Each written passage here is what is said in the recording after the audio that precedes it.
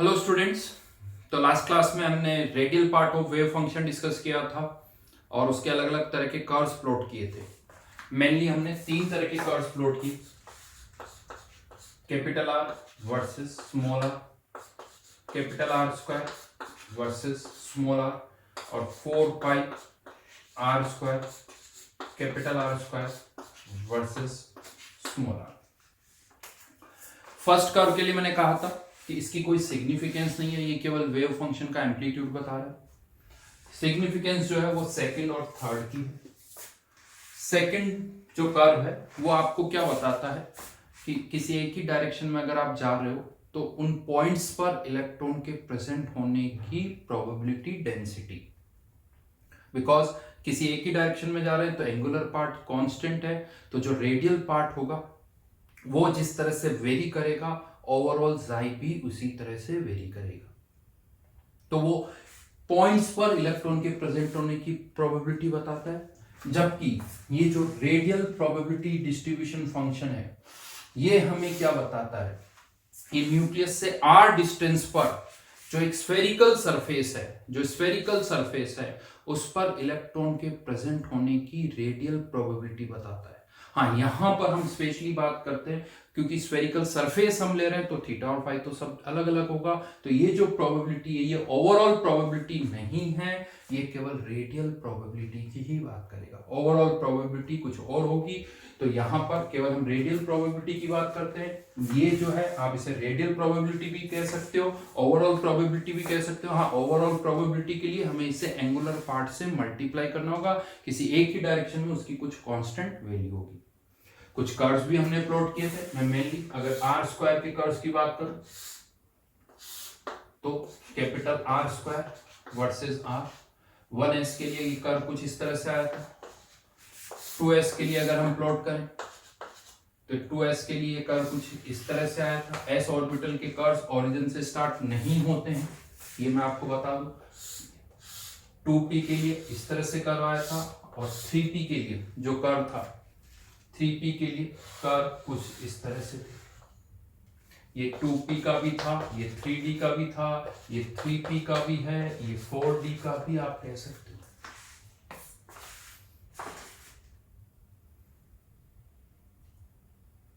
Hums की height यहां पर कम होती जाएगी। यही अगर हम कर 4 pi R square capital R square इनके लिए कर्व प्लॉट करते हैं तो 1s का कर्व 2s के कर्व में इस तरह का आता है।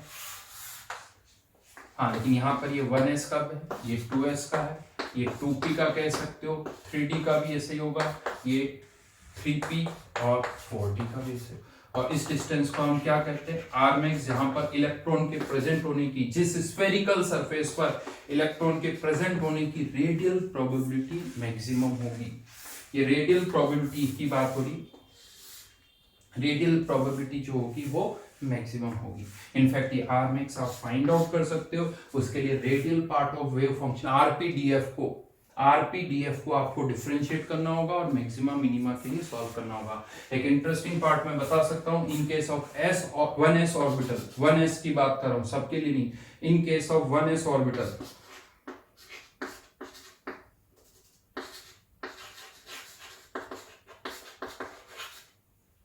ये जो आर मैक्स आती है इसकी वैल्यू 0.529 एंगस्ट्रॉम आती है।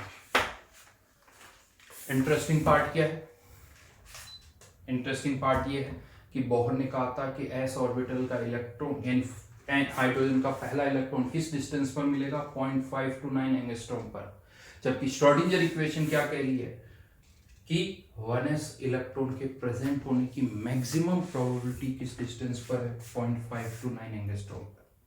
मैक्सिमम प्रोबेबिलिटी इस डिस्टेंस पर है, जबकि बोहर ने कहा था इलेक्ट्रॉन हमेशा इसी डिस्टेंस पर रहेगा, वो गलत है, बट हाँ मैक्सिमम इसी डिस्टेंस पर रहेगा। तो आप सोचो बोहर मॉडल जो कि कितना आसान है, बहुत आसानी से हमने ये वैल्यूज निकाल ली थी, और ये जो सब रिजल्ट अगर हम श्रोडिंगर इक्वेशन की बात करें इनको निकालना आसान नहीं है, इनको बहुत इनको सॉल्व करना, जो श्रोडिंगर इक्वेशन है इनको सॉल्व करना बहुत मुश्किल है। कितना मुश्किल है उस मैं आपको इस तरह से समझा सकता हूँ कि आज तक भी हम सही तरीके से श्रोडिंगर इक्वेशन केवल सिंगल इलेक्ट्रॉन सिस्टम के लिए सॉल्व कर पाए हैं। मल्टी इलेक्ट्रॉन सिस्टम के लिए even with the help of super computers, यानी इतने केसेस बनते हैं, इतनी कैलकुलेशंस होती है कि मल्टी इलेक्ट्रॉन सिस्टम के लिए अभी भी हम सही तरीके से श्रोडिंगर इक्वेशन को सॉल्व नहीं कर पाए। तो आप सोचो यही आंसर बोहर ने कितना आसानी से डिराइव कर लिया था, बट यहां से कितना मुश्किल से आ रहा है।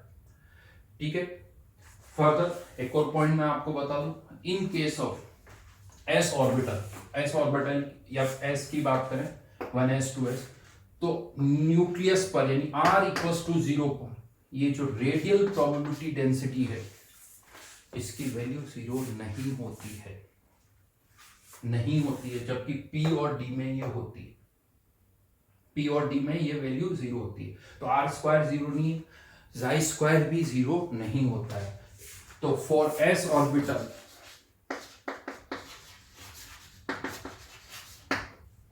chi² is non-zero at nucleus। chi² इसको आप ऐसे भी बोल सकते हैं probability density.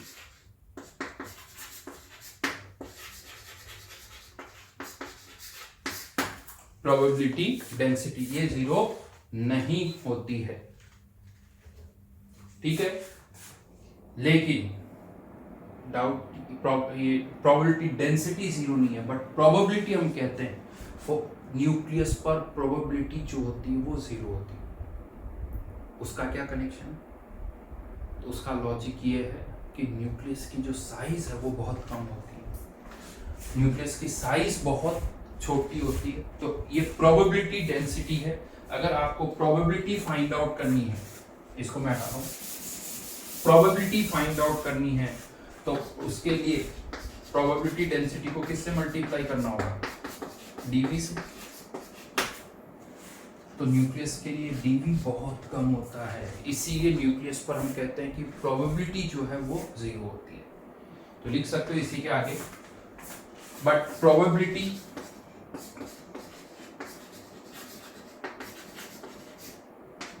Eight nucleus is, ज्यादा अच्छा तो है ऑलमोस्ट 0 बोलना चाहिए, बिकॉज इट्स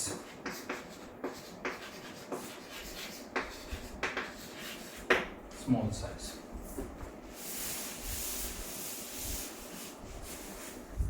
पी और डी में ये कंफ्यूजन नहीं है, क्योंकि पी और डी में chi² भी 0 ही है, सब ओरिजिन से स्टार्ट हो रहा है, r² 0 इसीलिए chi² भी 0। तो p और d में कंफ्यूजन नहीं है, chi² भी 0, वॉल्यूम भी बहुत कम हो तो वो 0 होगी। कंफ्यूजन कहाँ होता है? s ऑर्बिटल के केस में होता है, क्योंकि s ऑर्बिटल के केस में प्रोबेबिलिटी डेंसिटी जो है न्यूक्लियस पर 0 नहीं होती है, इनफैक्ट मैक्सिमम होती है, लेकिन प्रोबेबिलिटी जो है वो 0 होती है because of its small volume. याद रखना, अच्छा पॉइंट है, जैसे लिखा हुआ है उसी तरह से याद रखना। chi² is non-zero at nucleus, यानी probability density is non-zero at nucleus, but probability at nucleus is almost 0 because of its small size।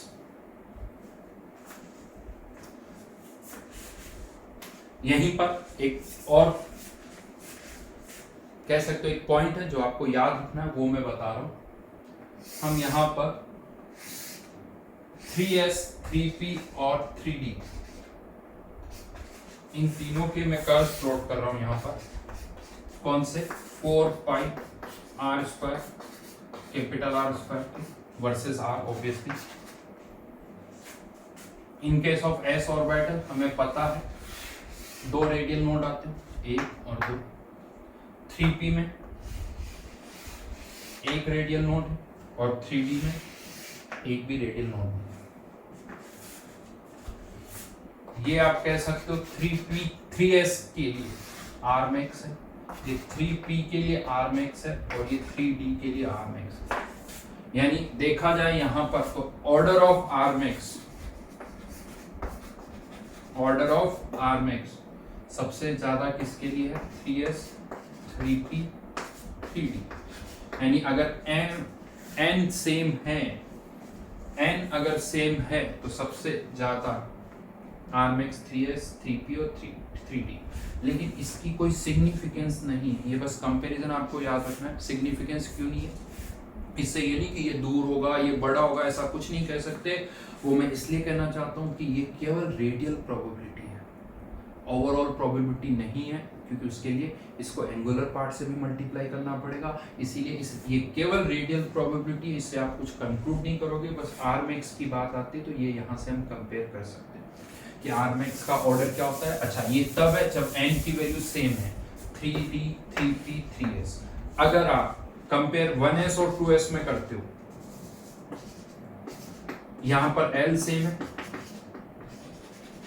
और यहां पर N सेम है, तो अगर L सेम है तो N जितना ज्यादा होगा R मैक्स का ऑर्डर भी उतना ही ज्यादा होगा, R मैक्स की वैल्यू भी उतनी ही ज्यादा होगी। तो ये order of R max 1S 2S के केस में ये तो बहुत आसान है, और ये इक्वल, ठीक है। तो ये पॉइंट्स है जो आपको याद रखने हैं यहाँ पर। अब हम आ जाते हैं सेकंड पार्ट पर। ये था radial part of wave function, अब मैं आ रहा हूं angular part of wave function.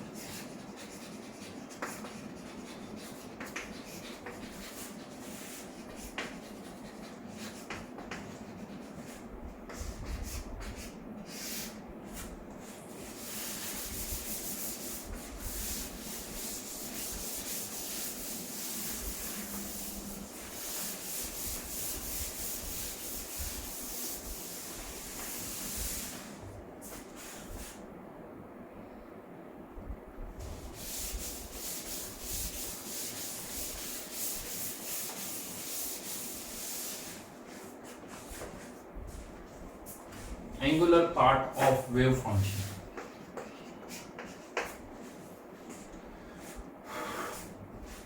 For s orbital, तो मैं आपको बता दूं ये जो s ऑर्बिटल होता है, wave function is independent of, जो जाई होता है wave function is independent of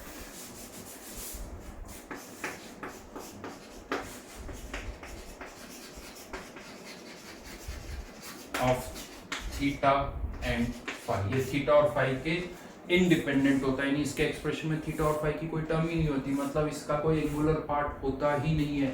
यहाँ पर एस ऑर्बिटल के केस में केवल रेडियल पार्ट होता है, इसलिए एस ऑर्बिटल के केस में आप रेडियल प्रोबेबिलिटी डेंसिटी को ओवरऑल प्रोबेबिलिटी डेंसिटी भी बोल सकते हो। एस ऑर्बिटल के केस में आप रेडियल प्रोबेबिलिटी डेंसिटी को ओवरऑल प्रोबेबिलिटी डेंसिटी भी बोल सकते हो।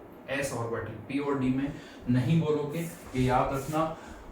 और इसीलिए ये एस ऑर्बिटल जो होते हैं वो स्फेरिकली सिमेट्रिकल होते हैं, क्योंकि थीटा और फाई चेंज करने से प्रोबेबिलिटी डेंसिटी में कोई चेंज नहीं होगा। तो therefore they are, S orbital are spherically symmetrical.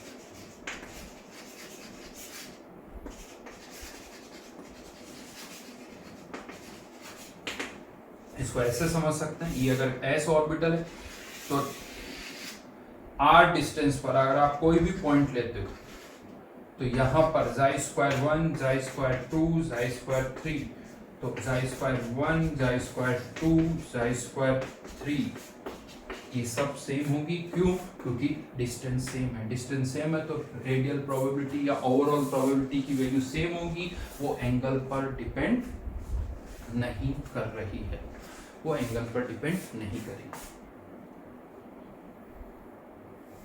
Right. और यहां पर ये भी कह सकते हो in case of S orbital, ये जो हमने लिखा ना 4 पाई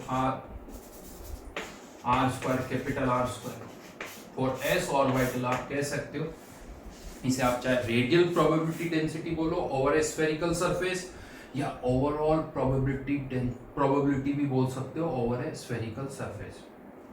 रेडियल प्रोबेबिलिटी भी बोल सकते हो और ओवरऑल प्रोबेबिलिटी भी बोल सकते हो over a spherical surface, but केवल किस केस में? एस ऑर्बिटल के केस में।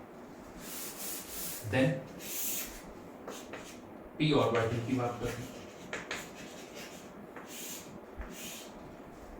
यस, ये थीटा और फाई पर डिपेंड करता है, ये थीटा और फाई पर डिपेंड करता है, बट इसको समझने से पहले मैं आपको एक और पॉइंट बताना चाहता हूँ। ऑलरेडी मैं आपको बता चुका हूँ थीटा और फाई एंगल कहाँ से होते हैं? अगर ये कोई पॉइंट है, इसको आप अगर z एक्सिस से ज्वाइन करोगे, z एक्सिस, ये x एक्सिस, ये y एक्सिस, तो ये जो एंगल है वो है थीटा। इसका एक प्रोजेक्शन हम लेंगे, उसको ओरिजिन से कनेक्ट करेंगे, तो ये जो एंगल है वो है फाई। ठीक है, यहां पर थीटा 0, थीटा 90 डिग्री, फाई 0 और फाई 90 डिग्री। चलिए देखते हैं किस जगह पर ये इस तरह से होगा। तो अगर थीटा 0, जेड एक्सिस पर आप कोई भी पॉइंट लेते हो, जेड एक्सिस पर कोई भी पॉइंट लेते हो, तो कह सकते हो कि उसके लिए थीटा क्या होगा? 0। तो जेड एक्सिस पर कोई भी पॉइंट है, थीटा उसका 0 होगा। थीटा 90 कब होगा? थीटा 90 यानी पॉइंट किस प्लेन पर होना चाहिए? एक्स वाई प्लेन पर। यानी एक्स वाई प्लेन पर अगर कोई भी पॉइंट है तो उसको आप ओरिजिन से कनेक्ट करोगे, उस लाइन का जेड एक्सिस से एंगल कितना होगा? 90 डिग्री। जेड एक्सिस से एंगल कितना होगा? 90 डिग्री। फाई 0 यानी एक्स एक्सिस पर पॉइंट होना चाहिए, या आप कह सकते हो एक्स वाई प्लेन पर अगर कोई भी पॉइंट है, एक्स वाई प्लेन पर अगर कोई भी पॉइंट, इसको मैं कुछ ऐसा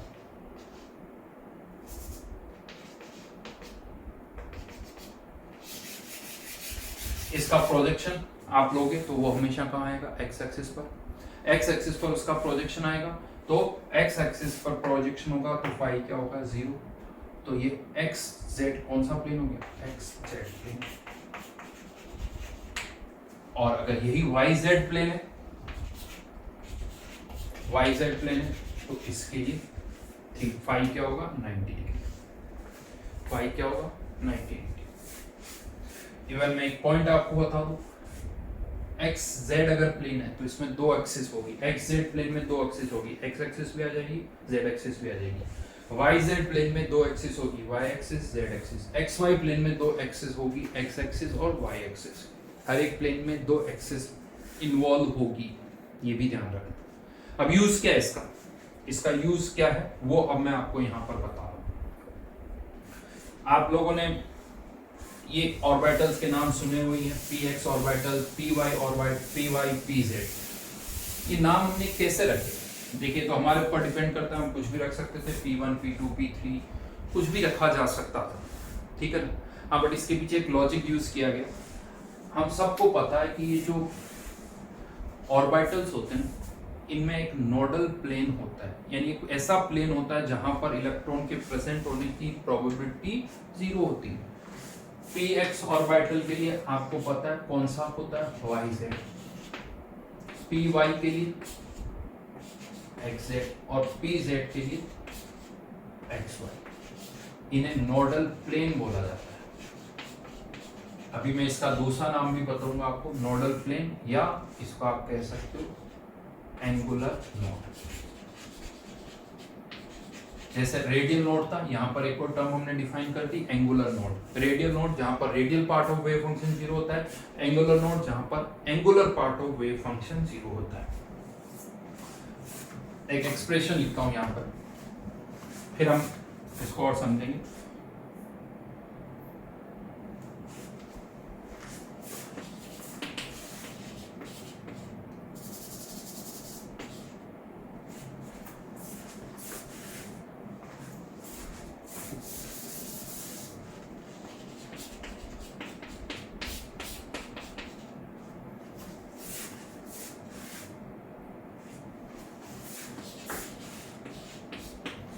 ये एक p ऑर्बिटल की इक्वेशन है, angular part of wave function की equation, angular part of wave function की इक्वेशन है, ठीक है। हमें ये बताना है कि ये px ऑर्बिटल की है या py की है या pz की है। वो हम कैसे बता सकते हैं? उसके लिए हमें इसका नोडल प्लेन फाइंड आउट करना होगा। अगर नोडल प्लेन yz है तो px, xz है तो py और xy है तो उसे हम क्या कह देंगे? pz।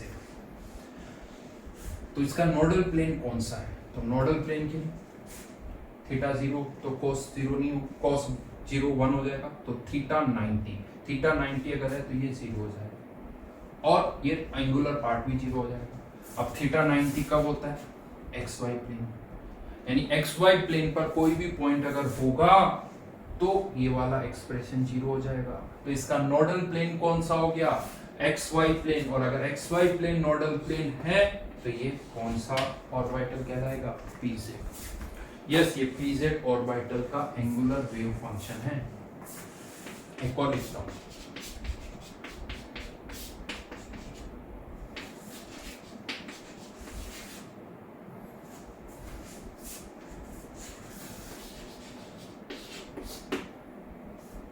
चलिए इसको चेक करते हैं।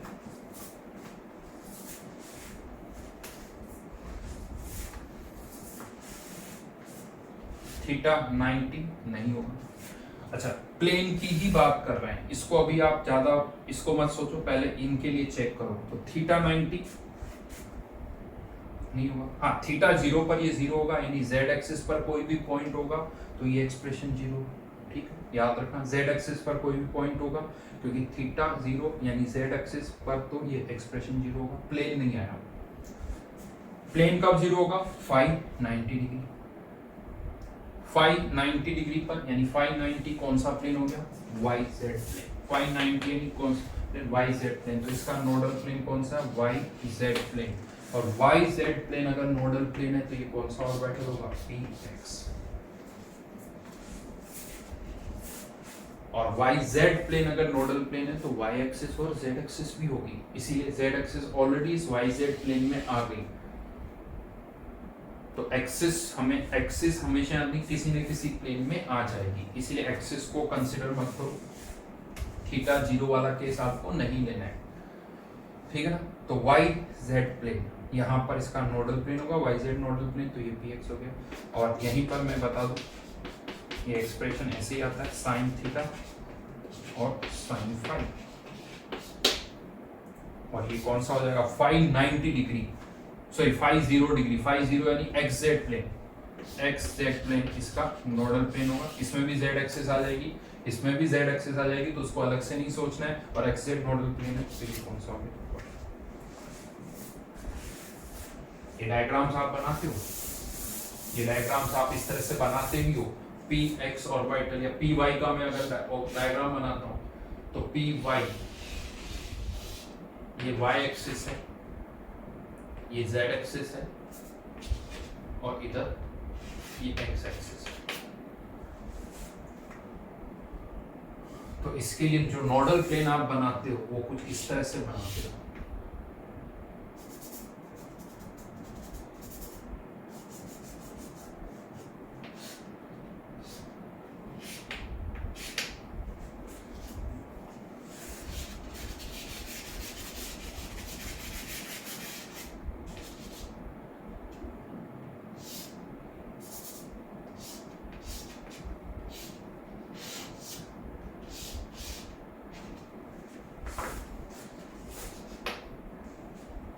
एक्स एक्सिस y, ये परपेंडिकुलर जो प्लेन है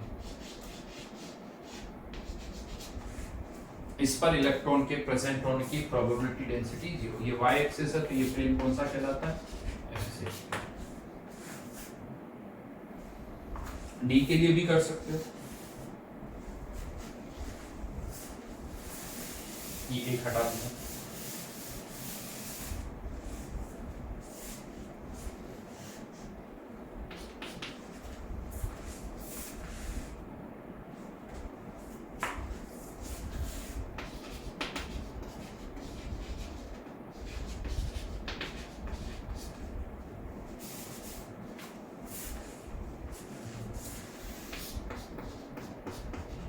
ये कोई आपको याद नहीं करने, बट ये गिवन है तो हम बता सकते हैं कि ये ऑर्बिटल कौन सा होगा। अब चलिए इसका पहले नोडल प्लेन फाइंड आउट करते हैं। इसमें दो नोडल प्लेन होंगे, थीटा 0 वाला केस नहीं लेना है, वो हटा दो। थीटा 90, यस थीटा 90 यानी ये 0 हो जाएगा, एक्स वाई प्लेन आ गया। एक फाई 0 पर भी होगा, फाई 0 कौन सा प्लेन हो गया? फाई 0 यानी एक्स जेड प्लेन। ये दो प्लेन यहाँ पर नोडल प्लेन, नोडल प्लेन या एंगुलर नोड वर्ड आप यूज कर सकते हो। तो ये दो प्लेन हो गए एक्स वाई और एक्स जेड। तो ये ऑर्बिटल पता है कौन सा कहलाता है? सिंस एक्स एक्स दोनों में, तो इसे क्या बोला जाता है? वाई से, इसे बोला जाता है वाई से। इवन ये चलिए अब मैं ये नहीं लिख रहा हूँ, सम C 3 cos स्क्वायर थीटा -1। आप बता सकते हैं कौन सा होगा?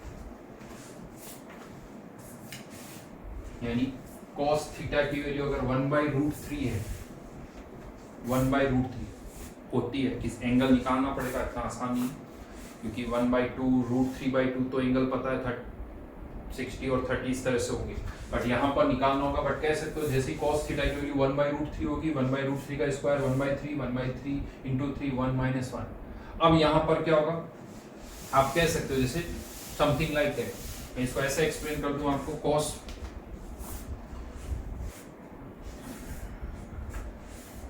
क्योंकि स्क्वायर cos 45 डिग्री और cos 135 डिग्री दोनों की वैल्यू सेम होगी, cos 45 डिग्री और 145 90 डिग्री ऐड कर दो, तो यहां पर भी ऐसा ही होगा कि दो एंगल ऐसे होंगे जहां पर cos स्क्वायर थीटा की वैल्यू सेम होगी,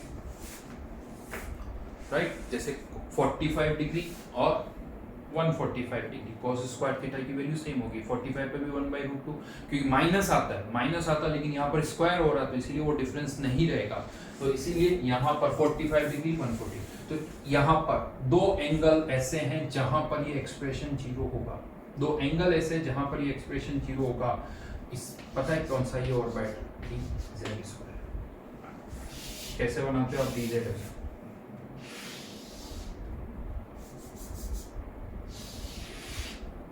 रिंग बनाई जाती,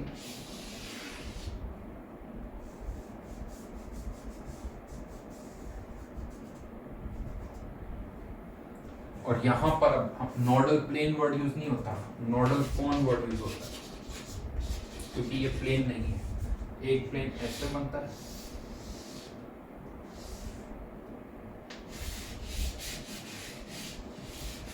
और एक प्लेन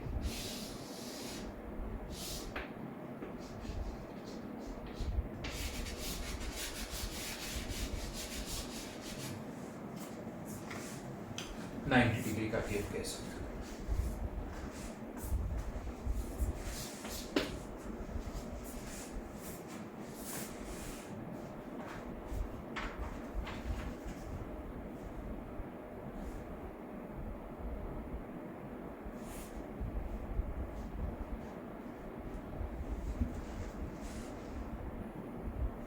और एक और का एक्सप्रेशन मैं लिख देता हूं, आप खुद सोच सकते हो।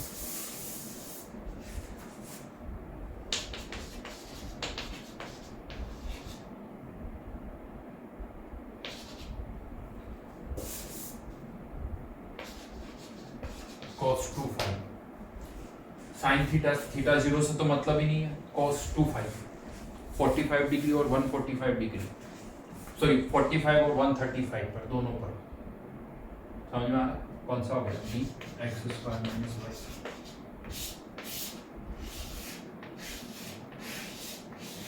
नॉट ऑब्जेक्ट कौन सा होता है,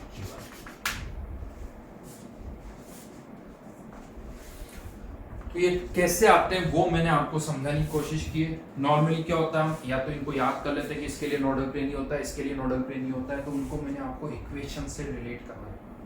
ये इक्वेशंस पहले आई है श्रोडिंगर इक्वेशन से, जब इक्वेशंस आ गई तब हमें पता चला कि कौन से नोडल प्लेन है, या उनको क्या कहा गया, एंगुलर नोड। और एक और सिमेट्री जो ऑब्टेन हुई वो ये, एस ऑर्बिटल के केस में कोई एंगुलर नोड नहीं होता क्योंकि एंगुलर पार्ट ही नहीं होता। पी के केस में हमने देखा एक एंगुलर नोड था, डी के केस में दो एंगुलर नोड हर जगह हमें मिल रहे हैं। तो यहाँ पर आप कह सकते हो कि नंबर ऑफ एंगुलर नोड जो होते हैं वो हमेशा एल के बराबर होते हैं।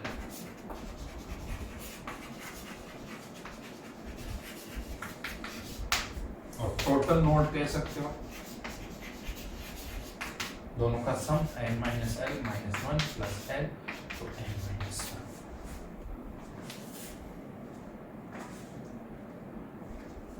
ठीक है, तो इस तरह के क्वेश्चंस आ चुके हैं, जेईई में पूछे जाते हैं। ऑर्बिटल कौन सा है, नोडल प्लेन कौन सा होगा, तो वो हम यहाँ से बता सकते हैं।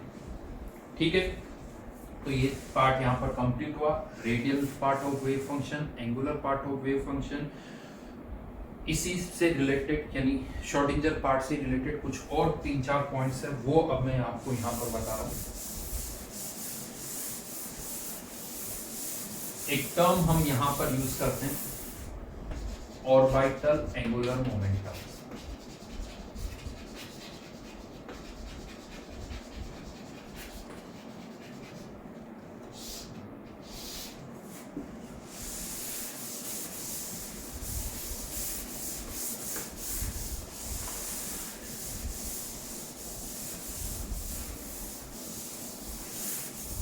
Orbital angular momentum, I think सभी को इसका फॉर्मूला पता है, h/2 under root L L plus 1। L की वैल्यू 0 1 2 पुट कर सकते हो। In case of S orbital orbital angular momentum 0 होगा। कंफ्यूजन होता है इसका किसके साथ, ऑर्बिट एंगुलर मोमेंटम या सिंपली एंगुलर मोमेंटम। ये एंगुलर मोमेंटम टर्म बोहर ने इंट्रोड्यूस की थी, उसे आप चाहो तो और कह सकते हो ऑर्बिट एंगुलर मोमेंटम, और ये है ऑर्बिटल एंगुलर मोमेंटम। और इसका फॉर्मूला बोहर ने जो दिया था वो mvr = nh/2। ये एक सिंपल सी टर्म है, लेकिन एंगुलर मोमेंटम थोड़ी सी पिक्चर आप बना सकते हो। In case of Bohr model के यहाँ इलेक्ट्रॉन रिवॉल्व कर रहा है तो उसकी डायरेक्शन को भी आप राइट हैंड थंब रूल से बता सकते हो। पिक्चर हम बना सकते हैं इन case of classical mechanics, but ये जो है वो क्वांटम मैकेनिक्स है। और मैंने आपसे पहले ही कहा कि क्वांटम मैकेनिक्स में आप कुछ भी इमेज नहीं बना सकते, इमेज नहीं बना सकते, क्योंकि इलेक्ट्रॉन को एक पार्टिकल की तरह भी नहीं सोच सकते।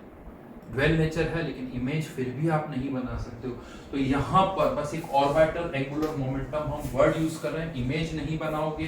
इलेक्ट्रॉन कैसे रिवॉल्व कर रहा है वो हमें नहीं पता, हाँ, लेकिन क्यों ये टर्म डिफाइन की गई, तो लॉजिक बड़ा सिंपल है। जैसे आप क्लासिकल मैकेनिक्स में जब हम बात करते हैं तो एंगुलर मोमेंटम अगर है तो कुछ टॉर्क लगता है। एंगुलर मोमेंटम से हमेशा हम किसको एसोसिएट करते हैं, टॉर्क को एसोसिएट करते हैं। उसी तरह से क्वांटम मैकेनिक्स में भी इलेक्ट्रॉन पर टॉर्क लगता है, उस पर फोर्स लगता है, तो इसका वहां पर भी कोई ना कोई एंगुलर मोमेंटम तो जरूर होगा। तो हाँ, उसको हमने क्या नाम दे दिया, ऑर्बिटल एंगुलर मोमेंटम। यानी ऑर्बिटल एंगुलर मोमेंटम है तो कुछ ना कुछ टॉर्क या कुछ ना कुछ फोर्स जो है वो डेफिनेटली लगेगा। हाँ, बट हर जगह नहीं होगा। एस ऑर्बिटल में ये 0 होगा, एस ऑर्बिटल में 0 क्यों वो हमें नहीं पता। पी और डी में कुछ ना कुछ वैल्यूज इसकी आएगी। तो ये है ऑर्बिटल एंगुलर मोमेंटम के फॉर्मूले याद रखने, कंफ्यूज नहीं होना है। लेकिन एक और इंटरेस्टिंग बात मैं यहाँ पर आपको बता दूं, जनरली क्वेश्चन आता है ऑर्बिटल एंगुलर मोमेंटम कौन से क्वांटम नंबर पर डिपेंड करता है। तो यहाँ से यही दिख रहा है कि एजीमुथल क्वांटम नंबर पर, लेकिन आंसर है इट डिपेंड्स ऑन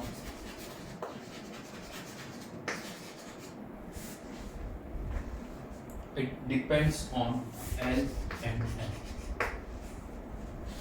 ये L और M पर डिपेंड करता है। क्वेश्चन आता नहीं सर फॉर्मूला तो L ही, फिर M पर क्यों, तो मैं बता दूं L पर इसका मैग्नीट्यूड डिपेंड करता है और M इस ऑर्बिटल एंगुलर मोमेंटम की डायरेक्शन बताता है। डायरेक्शन क्या होगी वो नहीं पता, बट M की वैल्यू चेंज होने पर डायरेक्शन चेंज होती है। तो M tells us about direction.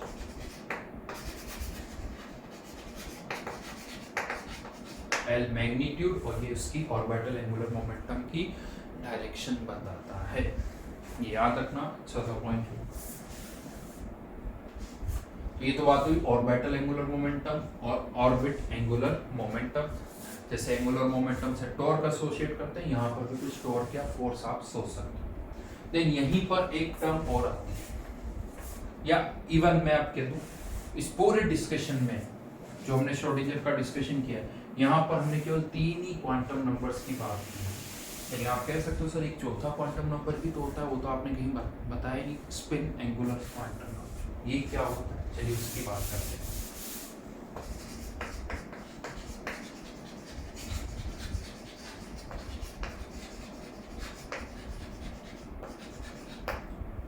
Actually Schrodinger equation, इसको ऐसे रिप्रेजेंट करते हैं। श्रोडिंगर इक्वेशन को जब हमने सॉल्व किया तो उसमें केवल 3 ही क्वांटम नंबर आए, n, l और m।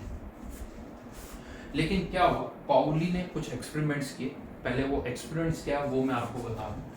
पाउली ने क्या किया, हाइड्रोजन के एटम्स लिए और हाइड्रोजन के एटम्स को एक मैग्नेटिक फील्ड के थ्रू पास किया। मैग्नेटिक फील्ड के थ्रू पास किया, मैग्नेट कह सकते हो।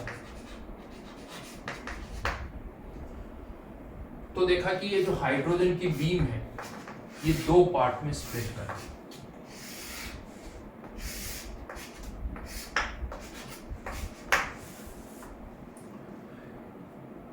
ऑब्वियसली जैसे अभी मैंने कहा था कि कुछ ना कुछ अगर एंगुलर मोमेंटम है तो टॉर्क या फोर्स लगता है, इसका मतलब यहाँ पर भी फोर्स लगा, इसका कुछ ना कुछ एंगुलर मोमेंटम होगा, कुछ एंगुलर मोमेंटम होगा।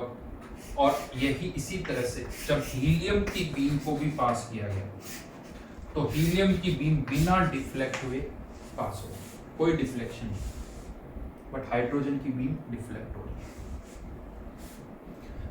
अगर हम इनके ऑर्बिटल एंगुलर मोमेंटम निकाले तो हमें पता हाइड्रोजन में भी इलेक्ट्रॉन s ऑर्बिटल में, हीलियम में भी दोनों ही s ऑर्बिटल में, इसका कॉन्फिगरेशन 1s1, इसका 1s2।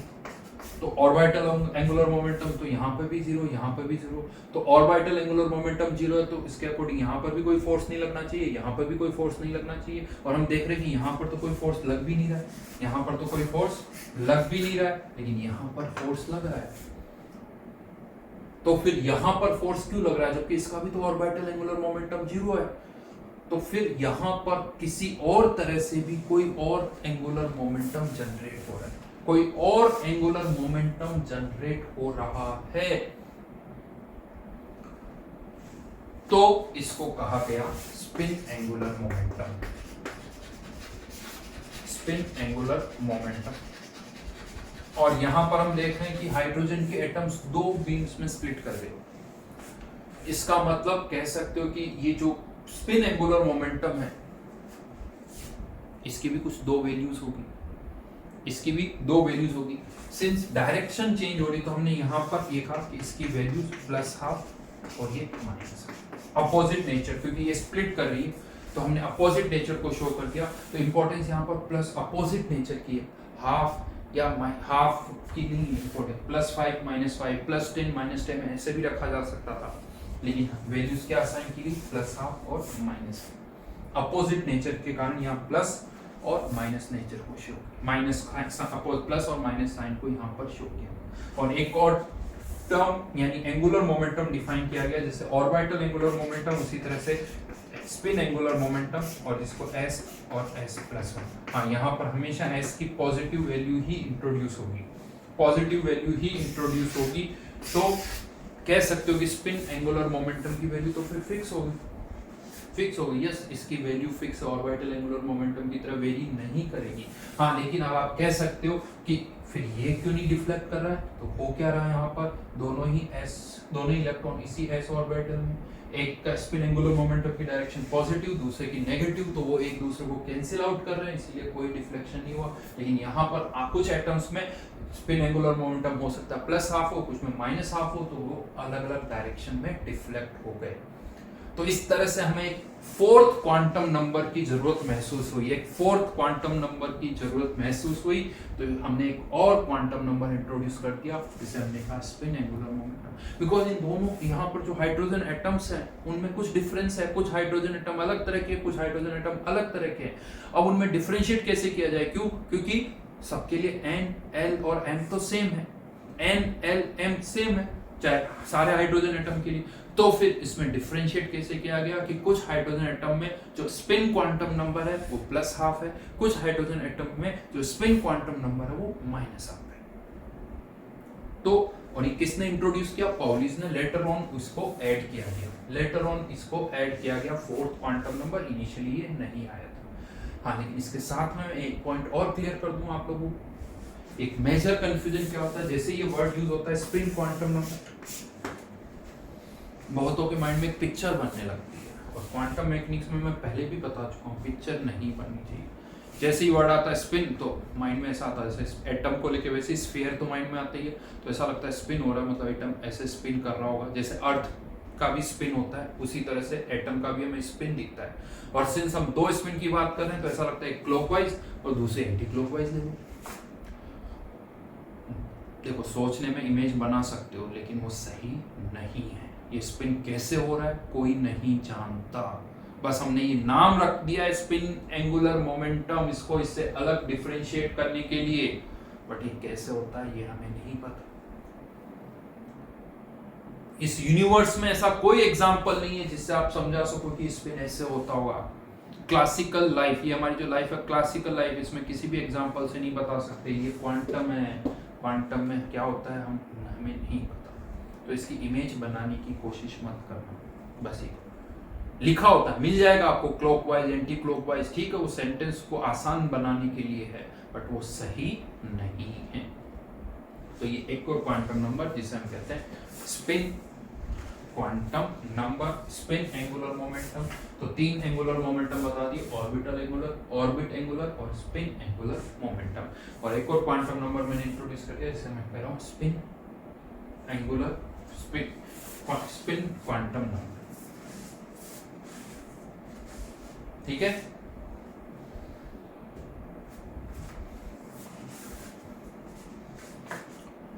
तो this is all about atomic structure. हमने बोहर मॉडल भी डिस्कस किया, रदरफोर्ड मॉडल भी डिस्कस किया, फाइनली श्रोडिंगर इक्वेशन भी डिस्कस की। श्रोडिंगर इक्वेशन ऑब्वियसली हम पूरा नहीं कर सकते, जो पॉइंट्स हम समझ सकते हैं वो मैंने आपको समझाने की कोशिश की है कि इसी पर फोकस रखना, आपको टू दी पॉइंट बात करना है, पता होना चाहिए कि इस पर क्वेश्चंस क्या बनते हैं और उनके आंसर्स पता होने चाहिए। क्वेश्चंस, बहुत सारे क्वेश्चंस के आंसर मैं ऑलरेडी दे चुका हूँ, फिर भी कुछ क्वेश्चंस के आंसर आप शीट सॉल्व करते वक्त अपने आप आपको समझ में आ जाएंगे। तो उन पॉइंट्स को आपको अच्छी तरह से याद रखना है। क्वेश्चंस आ रहे हैं इनके ऊपर, बट जितने भी क्वेश्चंस आ रहे हैं पिछले सालों में, आप देखोगे कि वो सब इस थ्योरी से इजीली कवर हो रहे हैं, ठीक है। तो आपको अच्छी तरह से शीट को करना है। जेईई एडवांस में कुछ अच्छे से क्वेश्चंस भी आए तो उनको करना है अच्छी तरह से। कैलकुलेशन वाला पार्ट है वो भी अच्छी तरह से करना है, जैसा मैं पहले भी बता चुका हूँ। ये थ्योरेटिकल पार्ट है श्रोडिंगर वाला, जिससे क्वेश्चंस आते हैं, ठीक है। तो नेक्स्ट क्लास में next lecture start, next topic start करेंगे। Thank you.